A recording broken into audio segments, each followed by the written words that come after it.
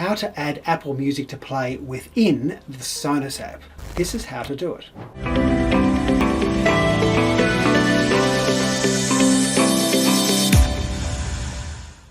Adding Apple Music to this Sonos app allows you to play your music without having to switch between two different apps. To add Apple Music, open the Sonos app and then press the settings symbol here.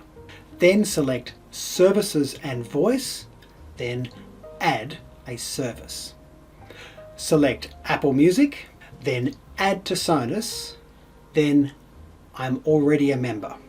You must be a current Apple Music subscriber for this to work. Sonos will now obtain authorization from your Apple Music app. Press Continue, enter your Apple ID password, and then Done.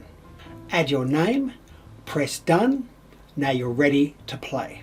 From now on, when you press the musical symbol at the bottom of the Sonos app, Apple Music will be an option for you to select and play from. You can play from here without having to leave the Sonos app.